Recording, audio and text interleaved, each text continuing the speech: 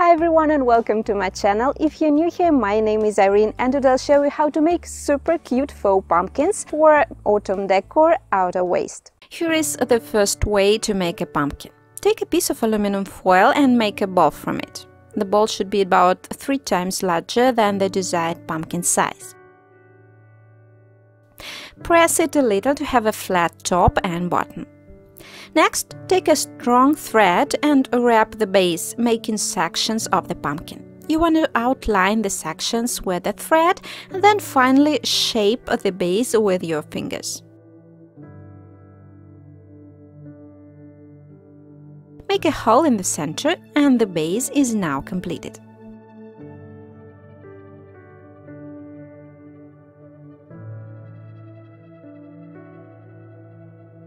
Next, take wood fillet or putty or spackling paste and smear the base to make it nice and smooth. You can use a spatula, this is less messy, but actually it's much faster to spread the putty with your fingers. Just be sure to wear gloves. You can wet your fingers with water at the very end and smooth the putty a little. The layer of putty should be quite thin, just to cover any foil irregularities, and you want to leave the pumpkins to dry well for a couple of days.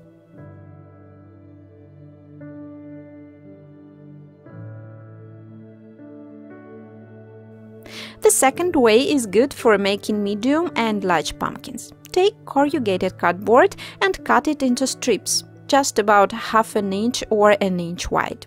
You want to cut across the corrugation here so the strips can be bent easily. Bend the resulting strips. You can do this with each strip individually, but it's much faster to work with the whole bunch at once. Next, take a toilet paper roll or make a tube out of corrugated cardboard. Hot glue the tip of the strip onto the top of the roll. This is the future side of the pumpkin, and you can make it bigger or smaller, as you like. Cut to the desired size and attach the second tip of the strip from the other side of the roll. Take the second strip and hot glue it in the same way on the other side. This will be the opposite side. You can make it bigger or smaller because pumpkins do not have perfectly symmetrical sides. Attach several strips to the roll like that. You want to make 6, 7 or 8 bagels depending on how many strips would fit into the roll. This is how many bulges your pumpkin will have, and you can vary the size here. I like making 1 or 2 bulges bigger than the others. Then you get a nicer shape. After the base is finished, let's start filling the sides. Take another strip and hot glue the tip obliquely under one of the bagels. Wind the second tip under it and also hot glue it obliquely. You want the strip to sit close to the first one to make a convex rounded side. Do the same on the other side from the central strip. Do the same with the rest of the bagels, building the sides on the right and on the left to get a smooth bevel.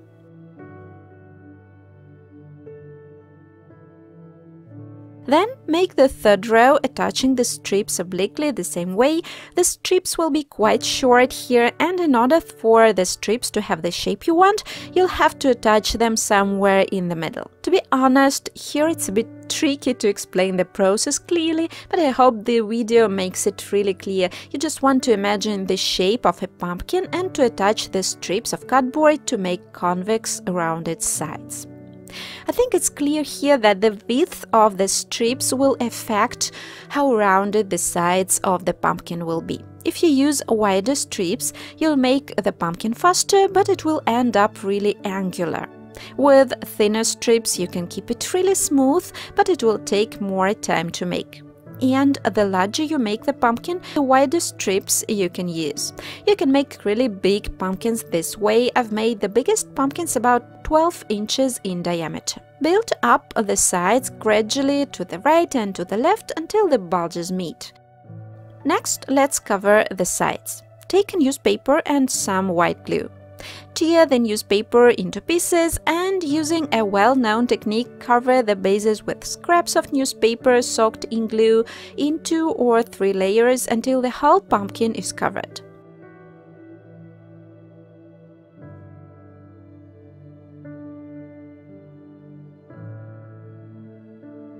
Let the bases dry and cover them with putty, just like the little foil pumpkins. Here I smeared the putty with my hands to get a nice and smooth surface.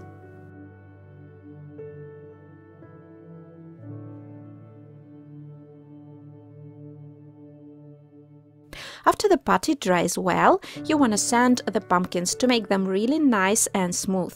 I still have bumps in some places. Real pumpkins also have them, so I've decided to leave small imperfections here.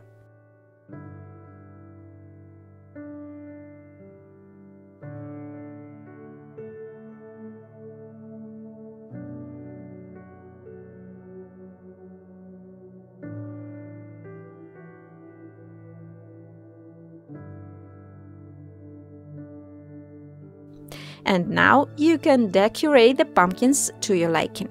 I've decided to add cast decorations. I've chosen a couple of molds with all sorts of curls resembling leaves a bit, and I've made the casts out of self-hardening clay.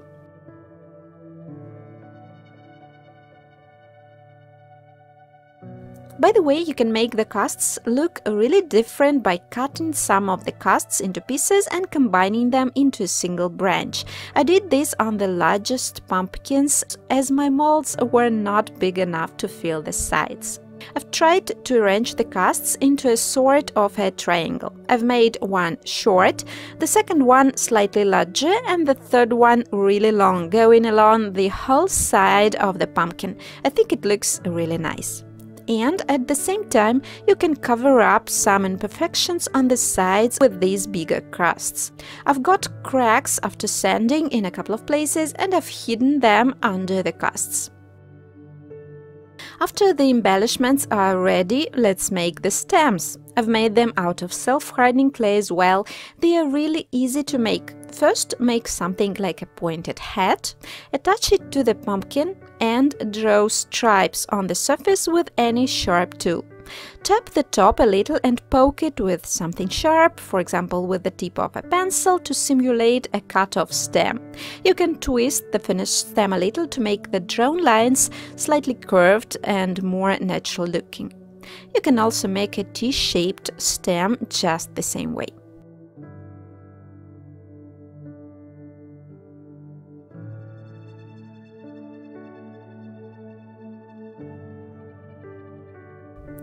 Wait for the embellishments to fully dry, and after that you can paint the pumpkins.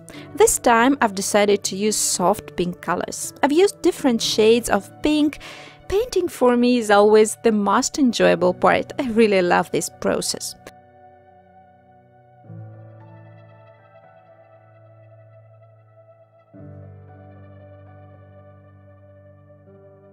These pumpkins look gorgeous, both in pastels and in bold colors. I've seen the pumpkins like this on Pinterest in black, and I think they'd be perfect for a Halloween decor. Be sure to try it out. Actually, you can repaint these pumpkins easily depending on your mood.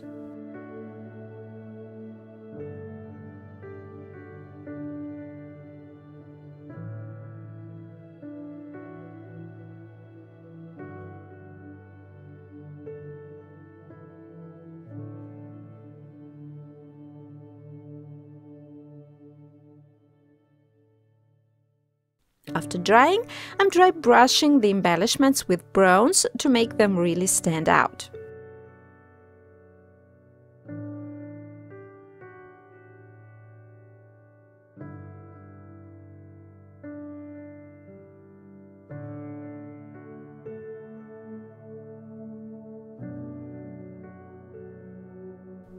And finally, I'm painting the stems bronze. You can also use gold or a copper paint here.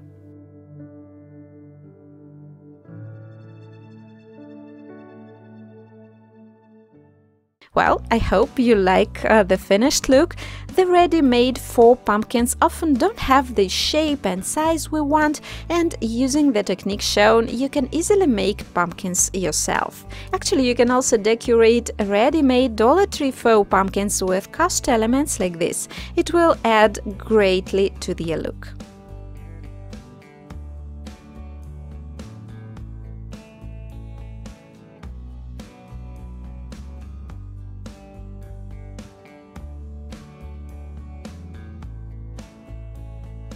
Well, I hope you liked today's project. Please let me know what you think of it down below. By the way, I have another video about autumn decor. I made several autumn arrangements out of natural materials and some very cute lanterns. If you're interested, I'll leave the link for it below. Thanks for being here, and we'll see you in my next one. Bye!